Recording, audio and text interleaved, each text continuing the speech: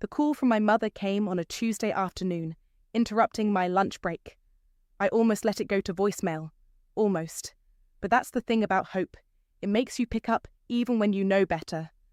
My name is Oakley, and I've spent 35 years trying to earn my mother's love. You'd think I'd have learned by now. Sweetie, I need you to sign some paperwork, she said, her voice dripping with that sugary tone she only uses when she wants something. It's just for the house insurance, nothing major. I stabbed at my salad with a plastic fork, watching lettuce leaves wilt under the fluorescent office lights. Can't you handle it? Oh, but they need your signature since you helped with all those renovations. It's just a formality, really.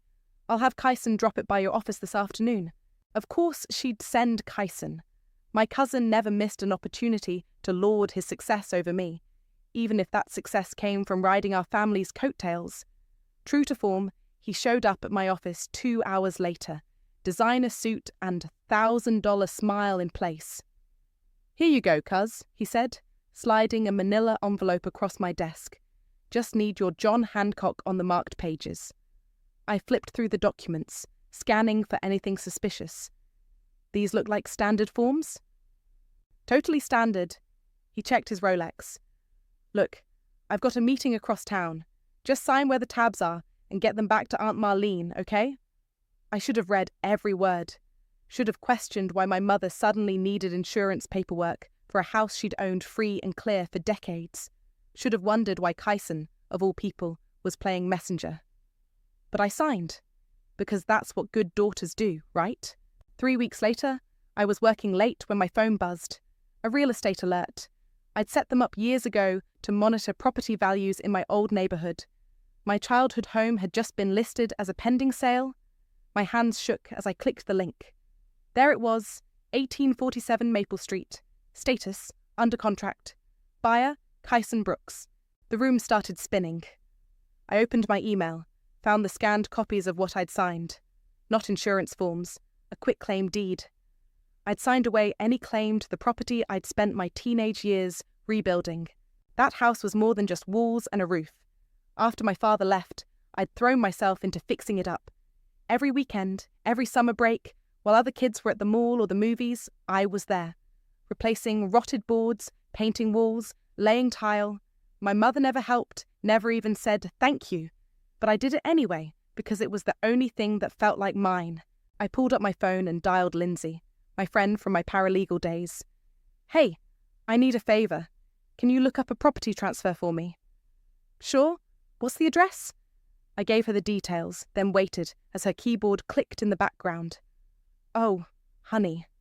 Her voice went soft. The sale just recorded. Purchase price? She paused. Are you sitting down? Just tell me.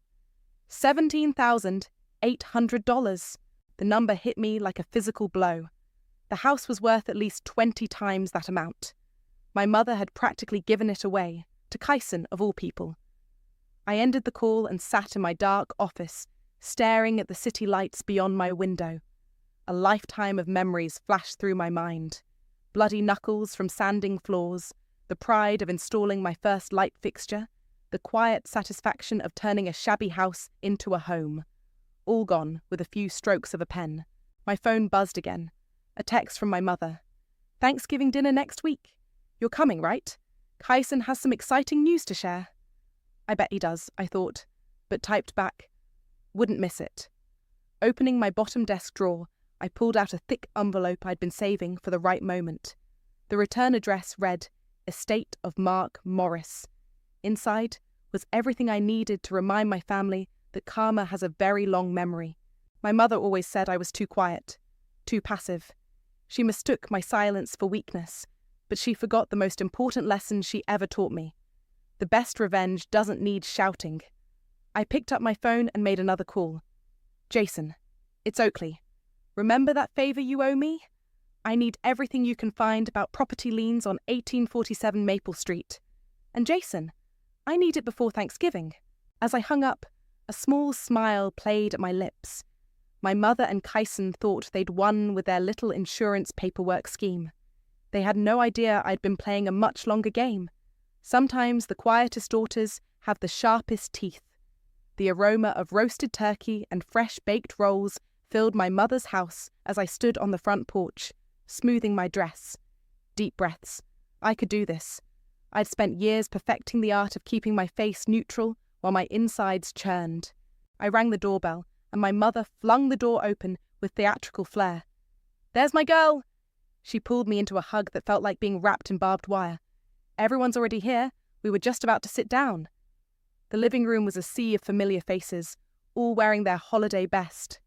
Aunt Patricia's gaudy brooch caught the light. Uncle Robert's loud laugh boomed from the kitchen.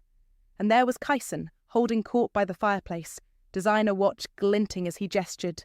"Oakley!" He raised his wine glass. "Just in time to hear my big news." My mother clapped her hands. "Let's all sit down first. Dinner's ready." I took my usual seat, the wobbly chair, with a slightly shorter leg than no one else would use. Fitting, really. The table groaned under the weight of traditional dishes, each one prepared to my mother's exacting standards. "So," Kyson announced once everyone had filled their plates, "I've decided to try my hand at house flipping." He paused for effect, looking directly at me. "Starting with a real bargain property right here in the neighbourhood." The green beans turned to ash in my mouth. I kept chewing. "Which house?" Aunt Patricia asked, leaning forward. "Oh, you know the one." My mother jumped in, her voice too bright. "The old place on Maple Street." "Your house?" Uncle Robert frowned. "But Marlene, you've lived there for—" It was time for a change, my mother cut him off, and Kyson made such a reasonable offer. 17.8, Kyson said proudly. "Best deal I've ever made." The table went quiet. Even Uncle Robert, who'd never met an awkward silence he couldn't fill, seemed at a loss. 17,000? Aunt Patricia's fork clattered against her plate. "But that's a steal," Kyson laughed. "Already have contractors lined up. Going to gut the whole place, start fresh. That old tile in the kitchen, gone. Those hand-restored hardwood floors, ripping them out for laminate."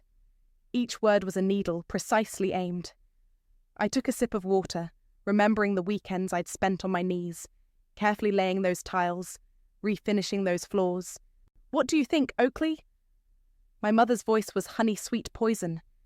"Isn't it wonderful that the house is staying in the family?" I dabbed my lips with a napkin. "Interesting timing," I said quietly, "right after I signed those insurance papers." The room temperature seemed to drop 10 degrees. "Oh, that?" Kyson waved his hand dismissively. "Just standard procedure. You know how these things work." "I do, actually." I reached for the dinner rolls. "Did you know I've been working with a title company recently? Fascinating process. Property transfers." My mother's knuckles went white around her wine glass. "Sweetie, that's hardly appropriate dinner conversation." "You're right," I smiled. "We should talk about the weather instead. Did you know there's a storm coming?" The silence that followed was delicious. "Who wants dessert?" My mother stood abruptly. "I made your favourite apple pie, Oakley." "Actually, I need to step out for a moment." I pushed back from the table. "Just need to grab something from my car." Walking to my car, I felt lighter with each step. In the trunk was an envelope that would change everything. Mark Morris's name stared up at me in bold black letters, a ghost reaching out from the past to right old wrongs. My phone buzzed. A text from Lindsay. "Documents are ready. Are you sure about this?" I typed back, "Never been more sure." Looking back at the house through my car window, I watched the shadows of my family moving behind the curtains. They thought they knew me. The quiet one, the reliable one, the one who would always take whatever they dished out with a polite smile. They had no idea what was coming. I grabbed the envelope and headed back inside, where my mother was serving pie with shaking hands. Kyson was still talking about his renovation plans, each word digging his grave deeper. "The property values in that area are about to skyrocket," he was saying. "Once I'm done with it, that house will be worth 10 times what I paid." "Assuming you can get clear title," I said softly. His fork paused halfway to his mouth. "What?" "Nothing." I smiled and took a bite of pie. "This is delicious, Mum. Your crusts are always so flaky." The envelope sat in my purse like a loaded gun. Not yet, I told myself. Let them enjoy their victory lap. Let them think they've won. Because the best part of any story isn't the beginning or the middle. It's that moment right before the ending, when everything changes. And I was just getting started. 4 months earlier, I sat in a dimly lit coffee shop across from Lindsay, spreading documents across the table like playing cards. Each piece of paper was another fragment of the puzzle I'd spent years assembling. "You really found him?" Lindsay leaned forward, squinting at a death certificate. "After all this time?" "Mark Morris." I tapped the name. "Died 6 weeks ago in Arizona. No wife, no kids." I paused. "Well, no legitimate kids. And you're sure he's the one?" I pulled out an old photograph I'd found in my mother's dresser years ago. A younger version of my mother smiled up at us, wrapped in the arms of a tall man with familiar eyes. My eyes. Mum tried to hide everything about him, but she slipped up once. I took a sip of my now cold coffee. When I was 16, she got drunk and told me I had his smile. Then she made me promise never to mention him again. Lindsay shuffled through the probate documents. "So what happens now?" "Now?" I pulled out a letter from an estate attorney. "Now I inherit everything. Turns out being someone's only legal heir has its perks. Even though you never met him. DNA doesn't lie." I showed her the test results, and neither do property records. Lindsay's eyes widened as she read. "He owned the land next to your mother's house, and held liens on her property from loans she never repaid." I couldn't help smiling. Funny how karma works. The bell above the coffee shop door chimed, and I quickly gathered the documents. Old habits die hard. My mother had taught me well about keeping secrets. "Have you told Serenity?" Lindsay asked. The name of my half-sister hit like a punch to the gut. "Not yet. She has enough reasons to hate Mom already." "You should talk to her. She might surprise you." I shook my head. One bombshell at a time. Later that afternoon, I stood on the edge of what was now my property, staring through the trees at my childhood home. The paint was peeling, the gutters sagging. My mother had let it fall into disrepair after I moved out. My phone rang. The estate attorney. "Ms. Robinson? We've completed the title search. The liens are still valid and transferable. Your father, Mr. Morris, never forgave those debts." "And my mother never knew he held them?" "According to our records, the loans were made through a business entity. She wouldn't have connected them to him." I watched a cardinal land on the old oak tree that straddled the property line. "What about the purchase agreement? The one my cousin filed?" "That's where it gets interesting." Papers rustled in the background. "The sale should never have been processed. Your mother couldn't legally sell the property without addressing the liens. And that quitclaim deed you signed? It's worthless since you weren't informed of the existing encumbrances. So what you're saying is, the sale isn't valid. Your cousin bought a house full of legal problems he doesn't even know about yet." I thanked him and hung up, my mind already racing with possibilities. Through the trees, I could see Kyson's new "for sale" sign going up in front of the house. He had no idea he was advertising property he didn't really own. My phone buzzed with a text from an unknown number. "We need to talk. About Mark. And Mom. Serenity." I stared at the message for a long time. Serenity had always been the wild card in this equation. My mother's other secret. The daughter she'd kept while throwing me away. "Coffee tomorrow?" I texted back. "I have some things you should see." "Bring everything," came the reply. I walked the property line, feeling the weight of Mark Morris's legacy in every step. He'd left me more than just land and liens. He'd given me the key to unravelling decades of my mother's careful lies. Back in my car, I found another text from Lindsay. "Found something else. Your mother's original loan applications were fraudulent. Want to see?" "Send everything," I replied. As I drove home, I thought about the house I'd poured my heart into, the mother who'd betrayed me, and the cousin who thought he'd won. They'd all underestimated me, dismissed me as the quiet one who would never fight back. But quiet doesn't mean weak. Sometimes it just means you're waiting for the perfect moment to strike. I pulled into my driveway and checked my calendar. 3 months until Thanksgiving. Plenty of time to set everything in motion. My phone lit up with Lindsay's files. Dozens of documents showing years of financial deception. Each page was another nail in my mother's carefully constructed coffin. Time to get to work, I whispered to myself, thinking of that cardinal perched between two properties, free to choose which branch to land on. Soon, very soon, my mother and Kyson would learn that some debts can never be hidden, and some daughters never forget. The county records office smelled like old paper and stale coffee. I stood at the counter, watching the clerk examine my documents with painstaking slowness. "Everything appears to be in order, Ms. Robinson." She adjusted her glasses. "Though these liens haven't been updated in quite some time. That's why I'm here." I smiled politely. "Just doing some housekeeping." She stamped each page with methodical precision. "The updated records will be available in the system by end of business today. Will you need certified copies?" 3 sets, please." While she processed my request, I checked my phone. 2 missed calls from Kyson, 1 from my mother. They could wait. A text from Jason, the building inspector, popped up. "Buyer's inspection scheduled for tomorrow at 2. You were right. Major code violations everywhere." I typed back, "Send the full report to the title company." The clerk returned with my copies. "All set. Good luck with whatever this is." Walking to my car, I pulled out the first envelope, addressed to Kyson's lender. The second would go to the title company. The third, containing proof of all the liens and violations, was for my mother's homeowner's insurance company. At the post office, I used the self-service kiosk. No witnesses, no questions. My phone rang again.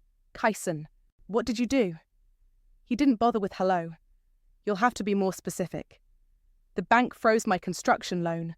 Something about title issues and undisclosed liens. Fix this." I leaned against my car, enjoying the autumn breeze. "Fix what? I thought everything was totally standard, remember?" "This isn't funny, Oakley. I have contractors scheduled, materials ordered." "Sounds stressful. Maybe you should have read the paperwork more carefully, like I should have." Silence crackled over the line. "Is that what this is about? The quitclaim deed? Grow up." "Actually, it's about a lot of things. Like, how much did you know about those loans Mark Morris made to Mum?" The sharp intake of breath told me everything. "How did you find out?" "Let's just say I inherited more than just his eyes." "Listen," his voice dropped to a whisper. "We can work something out. What do you want?" "I want you to explain to Mum why her insurance is being cancelled. I want you to tell your buyers why they can't close. I want you to feel exactly what it's like to have everything pulled out from under you." "You're making a mistake," he hissed. "You have no idea what you're dealing with." "Neither do you." I hung up. My next stop was the title office. Lindsay was waiting in the lobby. "Ready?" she asked. I nodded, following her to a conference room where a nervous-looking title officer sat surrounded by papers. "Ms. Robinson," he began, "we've reviewed the documentation you provided. The sale, well, there are significant problems." "I'm aware. Your cousin's purchase agreement is essentially void. The property can't be transferred without addressing these liens, which now belong to you through your father's estate." Lindsay smiled. "And the code violations? Make it impossible to obtain proper insurance or resale certification without extensive repairs." He shuffled papers. "We've had to flag the property." My phone buzzed. A text from my mother. "What are you doing to your cousin? This isn't like you." I showed it to Lindsay, who snorted. "She's right. The old you would have just taken it. The old me is gone." I turned back to the title officer. "Send copies of everything to this address." I handed him my mother's information. "Certified mail, please." Leaving the office, I felt lighter than I had in years. Lindsay caught up with me in the parking lot. "You know they'll fight back." "Let them try." I unlocked my car. "Everything I'm doing is completely legal. They're the ones who tried to cheat." "And Serenity? What did she say when you met?" "We're having dinner tonight. She has some interesting stories about Mum." "Be careful," Lindsay warned. "Family secrets have a way of cutting both ways." I thought about the house, about all those years of silent sacrifice, about my mother's smug face at Thanksgiving dinner. Some cuts are worth it. Later, driving past my childhood home, I saw Kyson standing in the driveway, arguing with someone who looked like a contractor. He saw my car and started walking toward me, but I accelerated past. My phone lit up with another message, this time from Jason. Inspection failed. Badly. Want me to send the report to the city inspector? Not yet, I replied. Save that for when they really deserve it. The sun was setting as I pulled into my own driveway, casting long shadows across the yard. Somewhere in the distance, a door slammed, followed by the sound of breaking glass. The quiet daughter's revenge was anything but quiet now. The bar was nearly empty when Serenity walked in, her dark hair catching the neon light. She looked so much like our mother, it made my chest ache. But her eyes, those were Mark's eyes. Our eyes. I ordered you a gin and tonic, I said as she slid into the booth. You remembered. She took a long sip. So, big sister, ready to tell me what's really going on? I pulled out the envelope of documents. How much do you know about Mark Morris? Mum's old flame? The one who disappeared? She traced the rim of her glass. Only what Mum told me when she was drunk. That he was the love of her life, that he left her for some woman in Arizona. Not exactly. I spread out the photos and papers. He left because she was pregnant. With you. Serenity's hand froze. What? But here's the interesting part. He didn't know about you. He left because he found out about someone else. Me. The colour drained from her face as she stared at the DNA results, the death certificate, the inheritance papers. All this time, she whispered, we were actually sisters. Full sisters. She grabbed my gin and tonic and downed it. Does Mum know you know? Not yet, but she's about to find out just how much I know. I told her about the house, the liens, Kyson's failed purchase. That explains her meltdown yesterday. Serenity laughed bitterly. She was screaming at Kyson about ruined plans and ungrateful daughters. Ungrateful? I signalled the bartender for another round. That's rich, coming from her. You want to know something funny? Serenity leaned forward. She used to talk about you all the time, about how useful you were with the house repairs, how she never had to hire contractors because Oakley will do it for free. The words hit like slaps. Did she ever mention why she kept you and threw me away? She said you reminded her too much of him, that you were too quiet, too watchful, like you were always judging her. Serenity's laugh was hollow. She was right about that last part, wasn't she? I spent years trying to earn her love by fixing that house, while I spent years trying to escape it. She pulled out her phone, scrolled through photos. Look at this. It was a text conversation with our mother from last month. Don't tell Oakley about the house sale. She's always been jealous of what you and Kyson have. Some people just can't handle others' success. My hands shook. When was this? Right before she asked you to sign those papers. Serenity's eyes met mine. I should have warned you. Why didn't you? Because I was angry. At her, at you, at everything. She grabbed my hand. But mostly because I was a coward. The bartender brought our drinks. We sat in silence, processing decades of lies. What are you going to do now? Serenity finally asked. Already doing it. The house sale is falling apart. Kyson's loans are frozen.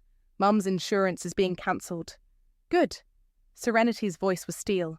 Want to know what else she told me? I nodded. She said the only reason she let you help with the house was because she knew you'd never be able to afford your own. That keeping you busy with repairs kept you from getting ahead in life. The words burned like acid. Did she really think I was that worthless? No, Serenity said quietly. She was afraid of you. She knew you were smarter than her, stronger than her. That's why she tried so hard to keep you down. My phone buzzed. Another angry text from Kyson about contractors backing out. They're both going to lose everything, I said. They deserve it. Serenity raised her glass. To Karma. To sisters. As we clinked glasses, she asked, what about the land next door? The part you inherited from Mark? I have plans for that too, I smiled. Want to help? Count me in. She pulled out a notebook. And I have something that might interest you. Mom's old diaries, the ones she thought she burned. My heart skipped. You kept them? Every page. Her smile matched mine, including all her guilty confessions about what she did to you. To us. Outside, the neon signs flickered against the darkening sky. Tomorrow, more certified letters would arrive at my mother's house. More contractors would cancel on Kyson. More pieces would fall into place. But tonight, Sitting across from the sister I never knew I had, I felt something shift inside me.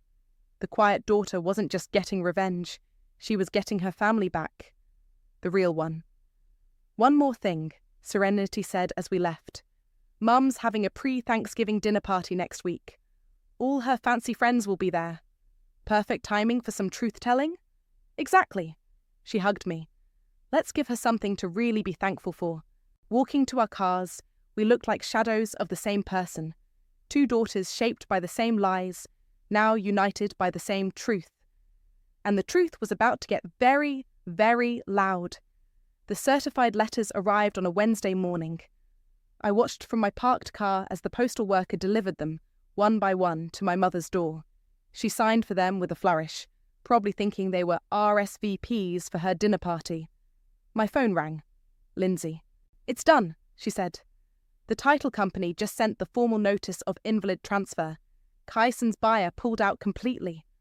Through the window, I saw my mother opening the first envelope. Even from this distance, I could see her hands shaking. "How long until the tax bill hits?" I asked. "Should be in today's batch. The reassessment on the adjacent land puts it at..." Papers rustled. "Just over 40,000 in back taxes. And it's all in her name now. Thanks to those documents you found in Mark's estate. Every penny." My mother disappeared inside the house. Seconds later, I heard something shatter. "I should go," I said. "Show's about to start." Right on cue, Kyson's BMW screeched into the driveway.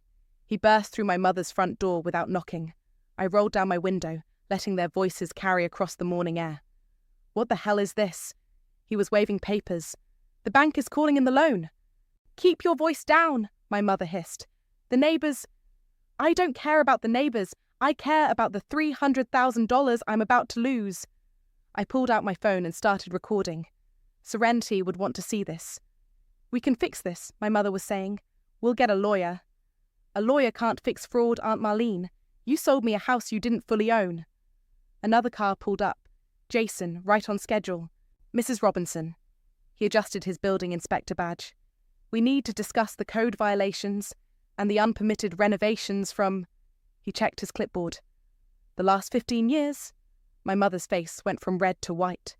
"I don't know what you're talking about." "The illegal electrical work, the non-compliant plumbing, the structural modifications done without permits." He handed her another stack of papers. "The fines alone are substantial." "This is ridiculous." Kyson stepped forward. "Who filed these complaints?" "Anonymous tip." Jason shrugged. "But the violations are very real and very expensive." My phone buzzed with a text from Serenity. "Mom just tried to call me.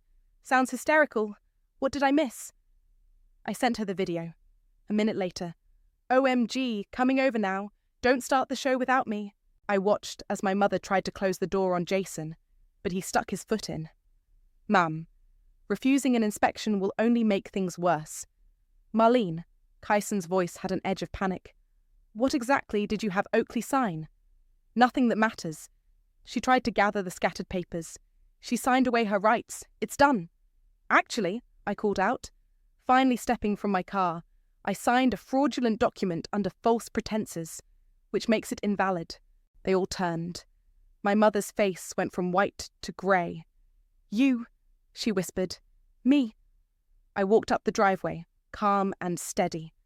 "By the way, Mark Morris says hello, or he would if he hadn't died making me his sole heir." Kyson's eyes widened. "Mark Morris, the man who owned the liens on this house. My biological father. Yes, that Mark Morris." A sleek red car pulled up. Serenity, right on time. "Did I miss anything good?" She joined me on the front steps, just getting to the best part. I turned to my mother. "Should we tell Kyson the truth about the family tree, or should we let him read it in the probate documents?" My mother grabbed the doorframe for support. "You can't prove..." "DNA doesn't lie." Serenity pulled out her own test results. "Neither do your old diaries." "Diaries?" Kyson looked between us. "What diaries?" "The ones where she detailed every loan, every lie, every secret." I smiled. "Including how she planned to use the house to pay off her debts. Too bad she sold it to you first." Jason cleared his throat.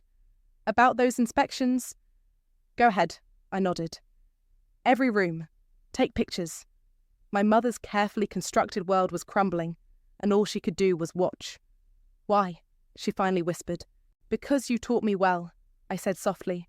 About family, about loyalty, about how to smile while you're stabbing someone in the back. Serenity linked her arm through mine. Don't forget about karma. Speaking of karma, I checked my watch. Your dinner party guests should be arriving soon.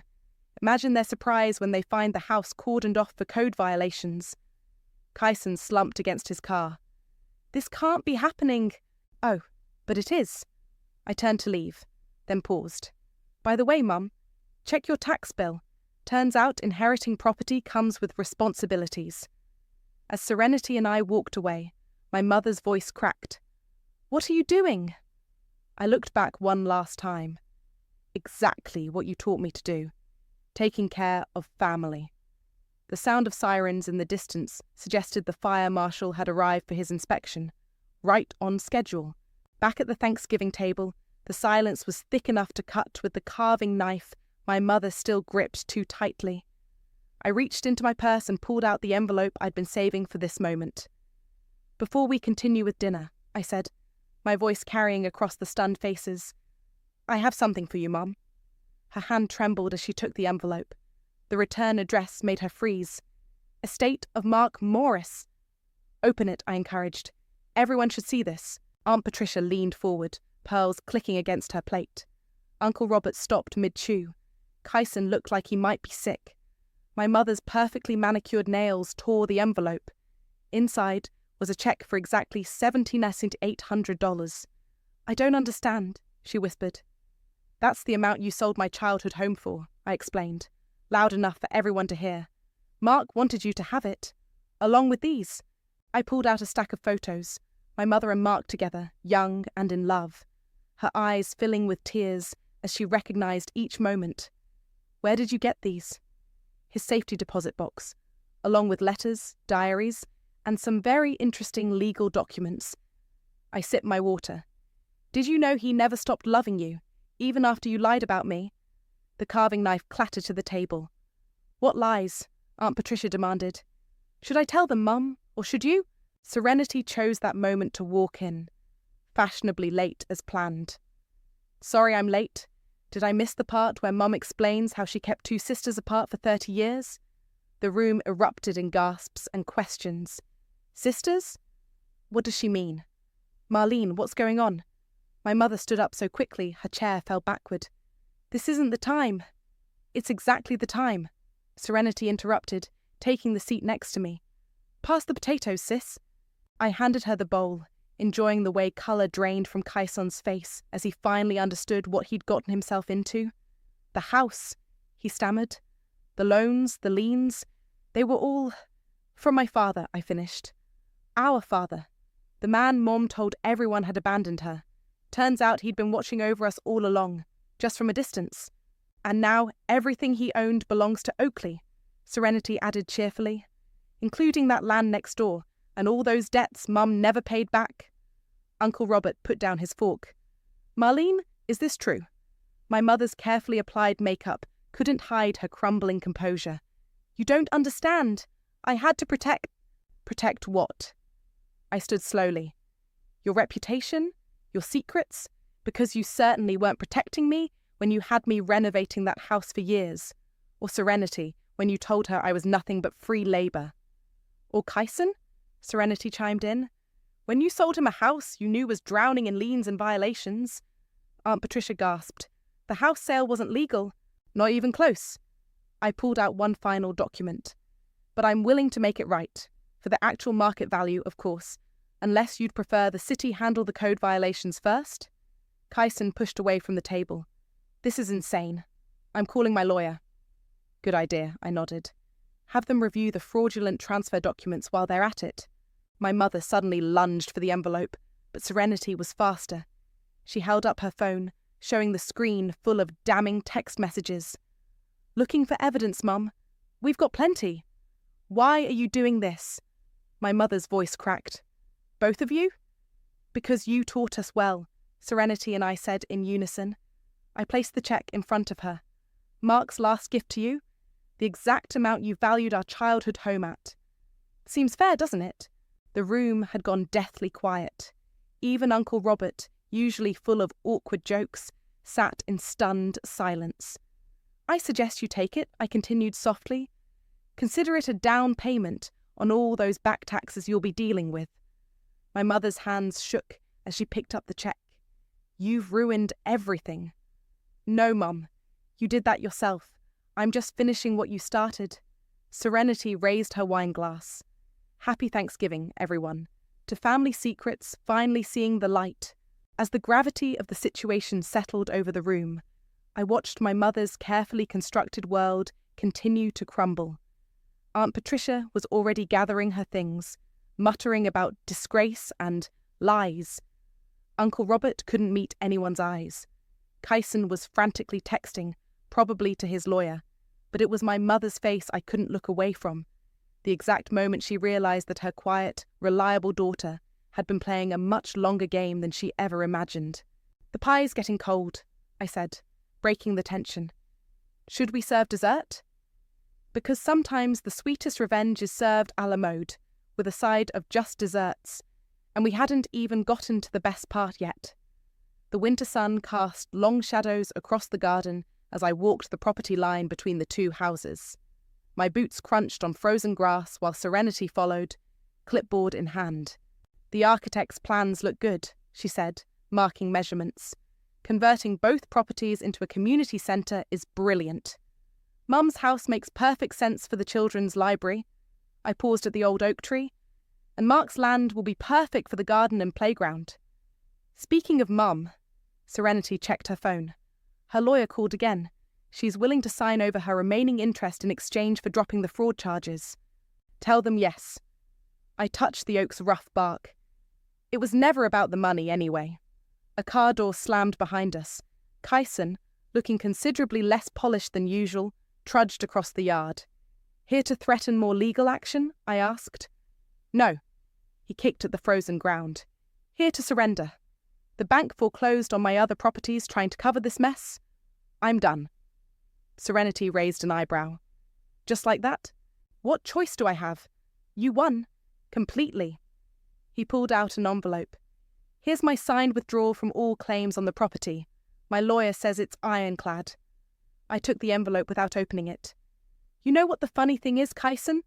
If you'd just asked me about buying the house instead of trying to trick me, I might have said yes." "Yeah, well, I learned my lesson about shortcuts." He turned to leave, then stopped. "For what it's worth, I'm sorry. About everything. Even about helping Mum hide the truth about Mark." He flinched. "How did you—" "Those letters you helped her hide?" Serenity stepped forward. "The ones warning her about the liens? We found copies in his safety deposit box." "I was just trying to protect the family," he muttered. "No," I corrected him. "You were trying to protect yourself. There's a difference." After he left, Serenity and I walked through what would soon be the community garden. Construction would start in spring, transforming two properties built on lies into something honest and useful. "Did you see the local paper?" Serenity pulled up an article on her phone. "Mum's society friends are abandoning her faster than rats from a sinking ship, especially after those diary excerpts leaked. Karma doesn't need much help once it gets started." A familiar car pulled into the driveway. Lindsay, carrying a stack of documents. "Final paperwork for the community trust," she announced, joining us. "Once you sign these, both properties will be legally protected from future claims. Even from Mum. Especially from her." Lindsay grinned. "Though after that tax bill hits, I doubt she'll be making any property grabs soon." We gathered in what used to be my mother's kitchen, spreading papers across the counter where I'd once laid tile by hand.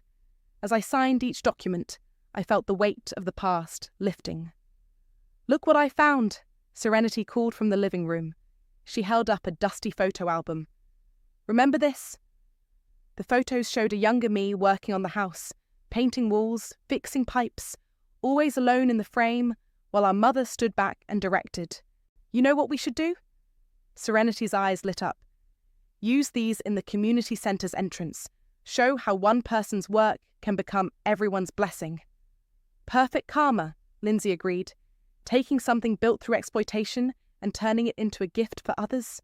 My phone buzzed. A text from my mother. I hope you're happy with what you've done. I showed it to Serenity, who took my phone and typed back, We are. Very. Through the window, I watched the setting sun paint the sky in shades of redemption. Soon, children would play where secrets once grew. Books would fill rooms that held only lies. Gardens would bloom where bitterness had taken root. Ready to finish this? Lindsay held up the final document. I signed my name one last time, not as the quiet daughter, not as the useful one, but as someone who had finally found her voice. You know, Serenity said, putting her arm around me. Mark would have been proud of this, of us. He was always proud of you, Lindsay added, pulling out one last envelope. Found this in his papers. He wrote it the day he signed everything over to you. The letter was short, but his words filled the quiet kitchen. Dear Oakley, I watched you build that house piece by piece, never knowing you were my daughter. Now I'm giving you the tools to rebuild it however you choose. Some debts can never be repaid, but some gifts can change everything. Make it count. Love, Dad. Serenity wiped her eyes. Now that's how you end a family story.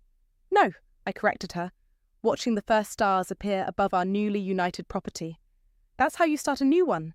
Together we walked out of the old house and into the gathering darkness, leaving behind the echoes of what was and walking toward what would be.